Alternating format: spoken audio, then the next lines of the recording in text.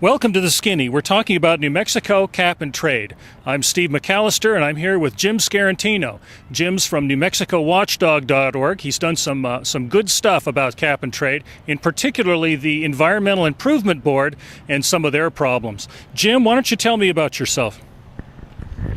Well, I'm a recovering attorney. I practiced law here for over 25 years, but I have been running the Mexico Watchdog and doing investigative reporting for the Rio Grande Foundation for about 2 years. I don't get into policy issues, so don't ask me too many questions about cap and trade policy, but what I look at are the hard facts. And one of the areas I investigated were the potential for conflicts of interest of the members of the Environmental Improvement Board. So I looked into their backgrounds, their financial interest, the environmental organizations that they run, and what I found was pretty disturbing. What does the New Mexico law state concerning the members, concerning conflicts of interest? The Environmental Improvement Board is appointed by the governor with or without the consent of the legislature. He can fill slots with interim appointments so that there's never any review. Regardless, there are in place rules under the New Mexico Administrative Code pertaining to conflicts of interest of members of the Environmental Improvement Board. Roughly speaking, it states, this is not an exact quote, but it's pretty darn close, that if there is any reasonable basis to believe that a member of the Environmental Improvement Board will have their objectivity impaired, will not be objective or impartial, they must recuse themselves. Now, the must is a direct quote. It is a mandatory recusal. They do not have a choice if there is a reasonable basis. It's not one of these, well, you disclose it and you can say, well, I can put that aside. Recusal means get off the board completely? They have to get off the issue. On the issue. And it is mandatory. They don't have a choice. So if there's a reasonable basis to believe, they must recuse themselves. Interesting. So it's a very, very strict rule.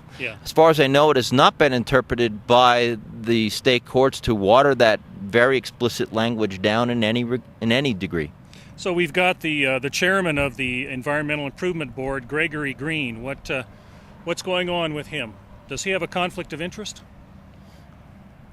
Absolutely. That's one of the things that really raised my eyebrows, because I've known Gregory Green.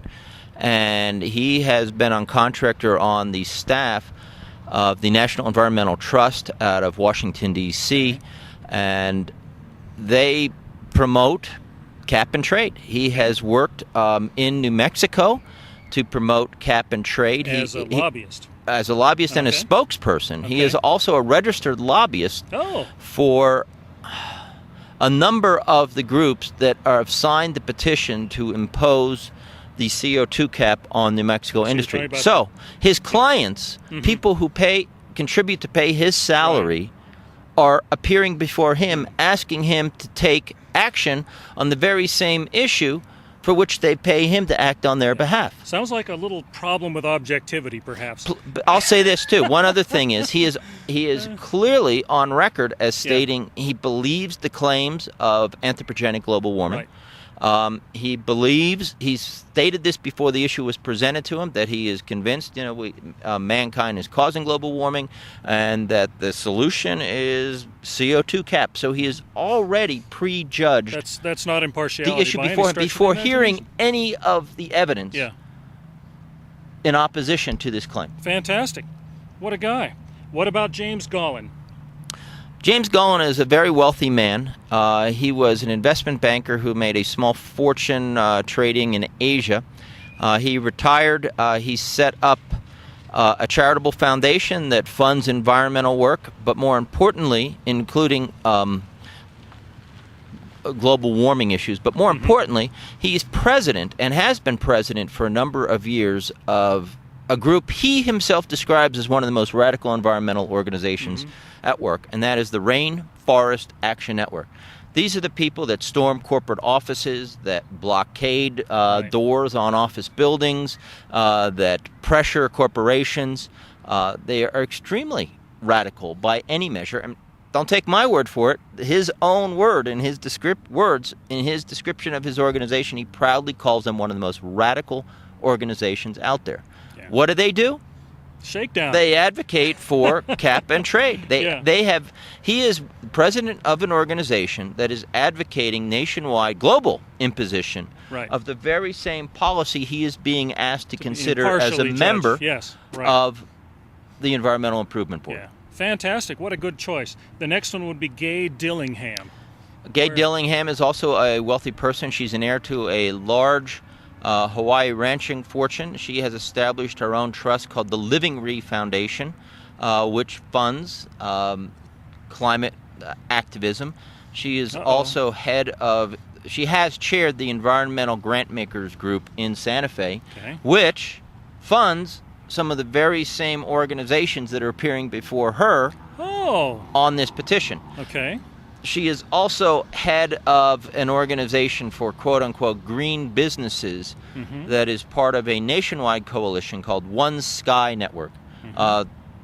And One Sky Network has as its members in its alliance some of the very same groups on the petition she is being asked to consider as a member of the Environmental Improvement Board. Wow, fantastic. We're 3 for 3 here. Now here's the other thing that I think has not been raised, but she is the founder and co-owner of an organization, of a company called Earthstone International. We've heard of them. A private company in Santa Fe that received a $9 million loan at the direction of Governor Bill Richardson. That loan has since been forgiven by being converted to equity. So she got $9 million from Bill Richardson, who appointed her to the Environmental Improvement Board. And Bill Richardson, who gave her $9 million, is the primary moving force behind the quote-unquote Western Climate Initiative here in New Mexico, which is the genesis of the CO2 cap ruling she's being asked to consider impartially and objectively. Wow. Even though she is $9, Bill Richardson gave her $9 million. Wow. And I don't know how she can pretend to ignore that debt when considering this It sure helps to have nice friends. Let's see. We've got Frank Sims and Abbas Ghassemi. Those are 2 other people on the council. Do we have anybody who's free of problems? Frank Sims. I think Frank's an excellent individual. He runs the ranch at Chama for the Hickory Apache Reservation. I've known Frank for 20 years. I think he's a man of the utmost integrity. Well, that's nice.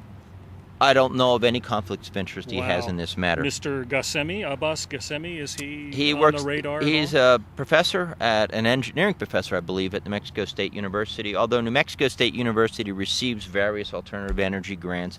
They also everybody does. But they also do work on oil and gas and agriculture. So I don't think there's any reason to question the objectivity or impartiality of Stephen Ghassemi. What about Stephen V. Hill, who is the counselor for the Environmental Improvement Board? He works for the Attorney General.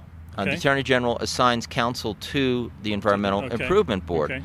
Now, here's a curious thing, that the senior Deputy Attorney General for Gary King, the Attorney General, is a fellow named Stuart Bluestone, in the same office that Steve V. Hill works in. Now, and he's right up there as one of the top guys.